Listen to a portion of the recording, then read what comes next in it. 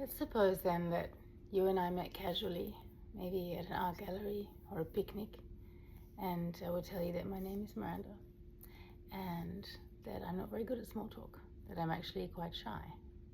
But I would remember to smile and I would tell you that I write books. I've written 6 books of various genres.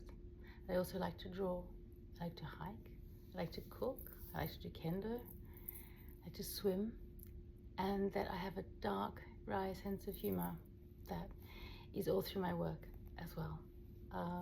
If you ask me how I felt about being longlisted for the Stellar Prize, I would have to say I'm absolutely thrilled. This prize really champions everything that I believe in, and being recognized in this way is just, it's a great honor, very unexpected, and I'm very grateful. I would tell you that my latest book, Fireweather, is really a portal into what I call the Winona-verse, because my main character is called Winona, and it's her universe, full of her interior voices, and the exterior weather of fires and winds, sandstorms, and the pressures of these systems that bear down on her and accuse her of being mad, basically. And that the book takes place in one day, although it moves everywhere. I ask the reader to pay a different kind of attention, I think, to the world around them, us. And because I believe that we can presence differently in the world, depending on what we pay attention to and how we pay attention, what we value.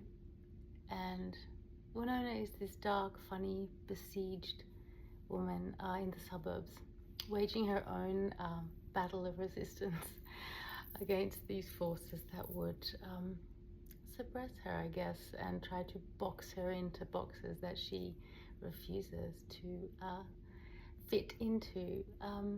And maybe I would tell you that while I'm writing the book, I am very much within that universe, and I stay there. Even when I'm not actually at my desk, I'm in some kind of semi-trance, I'm elsewhere, even when I'm walking down the street or in the supermarket. And then once the book leaves me and goes out into the world, I feel like it becomes a portal, a door that I leave open to readers if they wish to walk through and enter and experience this universe.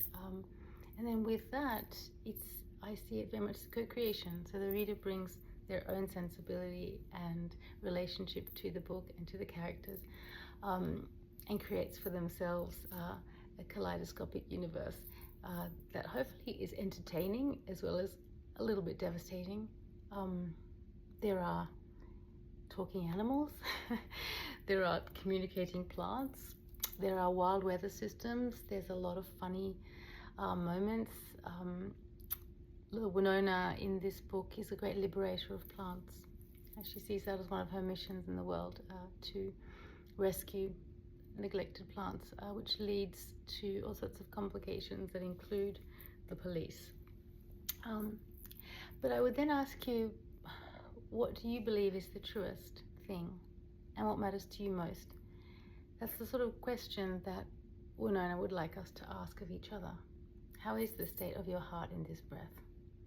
And I guess that goes a little bit to the core of this book, which is, can we reimagine another way of being in the world that is more aligned to compassion and humor and joy and beauty and goodness and truth, the things that I think as humans we all value so much. And I think you and I would have an interesting conversation, and perhaps with Fireweather and with the Stellar Prize, that's exactly what we're doing.